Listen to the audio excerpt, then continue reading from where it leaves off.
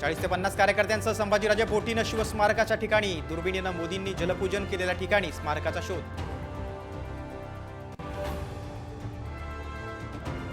शरद पवारांचं विधान म्हणजे मराठ्यांच्या मागणीला समर्थन नाही, फडणवीसांचा पलटवार. 2 दिवसांपूर्वी आरक्षणाची मर्यादा वाढवली पाहिजे असं पवारांचं विधान.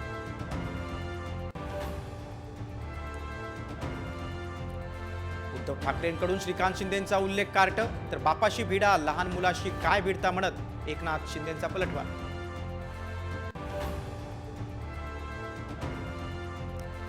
एकनाथ शिंदेंना होमपिचवरच उद्धव ठाकरेंचा मोठा धक्का. युवासेना राज्य सचिव दीपेश म्हात्रेंसह 4 माजी नगरसेवकांच्या हाती मशाल.